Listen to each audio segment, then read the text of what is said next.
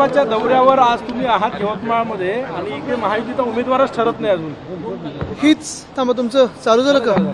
झाला का? इकडचं आज यवतमाळमध्ये फॉर्म भरायला चाललोय. तिथे आपण माहिती आहे सभा आहे, प्रचार सुरू होत आहे. हे सगळं होत असताना NDA कडून उमेदवारच अजून तिथे ठरलेला नाहीये.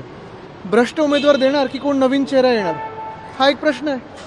तुमच्या बंडखोरांना 2 ठिकाणी तिकीट नाकारण्यात आली.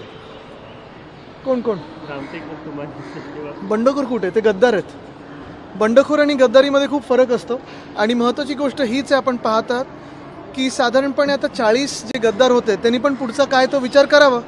कारण एकंदर आता चित्र स्पष्ट होत चाललेलं आहे की जिथे जिथे गद्दारी झालेली आहे तिथे लोकांनी नाकारलेलं. आणि भाजपचं देखील आपण पाहिलं, सरकार गेल्या 10 वर्षात केंद्रात असो आणि इथे काही वर्षांमध्ये जी कामं व्हायला पाहिजे होती, जी आश्वासन. अमृत नोनी आर्थो प्लस, ये एक प्रूवन फॉर्मूला है. इसमें मौजूद नोनी फल के गुण और आयुर्वेदिक जड़ी बूटियां शरीर को जरूरी पोषक तत्व देने के साथ साथ हड्डियों और जोड़ों के घिसने, उनमें होने वाले सूजन और दर्द को रोकने में मदद करता है. दर्द मुक्त जीवन के लिए अमृत नोनी आर्थो प्लस. होती कालच एप्रिल फुल डे होऊन गेला. जगात काही काही देशांमध्ये एप्रिल फुल डे साजरा होतो, आपल्याकडे अच्छे दिन म्हणून साजरा होतो. तुम्हाला त्यांचं भविष्य काय वाटतं? मला वाटतं आता मी देशाचं भविष्य बघत आहे.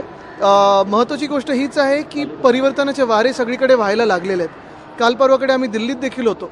तिथे असेल, बिहारमध्ये असेल, झारखंडमध्ये असेल, महाराष्ट्रात असेल, बंगालमध्ये असेल, आपण पाहाल की इंडिया आघाडीची जी बांधणी आहे ती मजबूत आहे. काल मुंबईमध्ये होते पंतप्रधान, शासकीय कार्यक्रम झाला आचारसंहिता. आता त्याच्यावर मी काय बोलू शकतो? आढळराव पाटलाने असं म्हटलेलं आहे की आता शरद पवारांच्या नावानं मतं मागण्याचे दिवस गेलेले आहे. कसं ते शिवसेना वाचवायला राष्ट्रवादी विरोधात लढत होते. आता काय झालं मग नक्की? आता हीच गोष्ट आहे ना की जे काही वर्षांपूर्वी काय काय जे बोलत होते, काही महिन्यांपूर्वी काही बोलत होते, काही दिवसापूर्वी काही बोलत होते, त्यांनी जेव्हा गद्दारी केली, आता कुठच्या कुठच्या पक्षात कोण कोण आहे हे लोकांना माहिती आणि लोकांसमोर हे चित्र स्पष्ट झालेलं आहे. तुमच्या संपर्कात आहे का? कारण की ते माहितीतून बाहेर पडण्याच्या मार्गावर आहे. मला वाटतं आम्ही थेट जनतेच्या संपर्कात आहोत आणि जनता आपण पाहाल आमच्या सोबत राहील. असं वाटत होतं की प्रकाश आंबेडकर तुमच्या संपर्कात असल्यामुळे सकारात्मक तोडगा निघेल. शेवटी आपण एक पाहाल, या देशात लोकशाही संपत चाललेली आहे. थोडं माहीत खालती घ्या, नाही तर माझा चेहराच दिसणार नाही. देशात लोकशाही संपत चाललेली आहे. संविधानाला मोठा धोका आहे आणि अशा काळात आम्ही सगळेच एकत्र येऊन जे लोकशाही संपवत आहेत, जे संविधान बदलायचे इच्छुक आहेत, त्यांच्या विरोधात लढत आहोत. ज्यांना कोणालाही आपल्या देशातली लोकशाही वाचवायची, संविधान वाचवायचं आहे, आमच्या सोबत राहतील. परभणीचे जे उमेदवार आहे बंडू जाधव यांनी म्हटलं की मला मागासवर्गीय आणि मुस्लिम मतांची गरज नाही अशा पद्धतीचं. मला वाटतं आपण एक पाहाल की शिवसेना उद्धव बाळासाहेब ठाकरे हे सगळ्यांना सोबत घेऊन चालत आहे.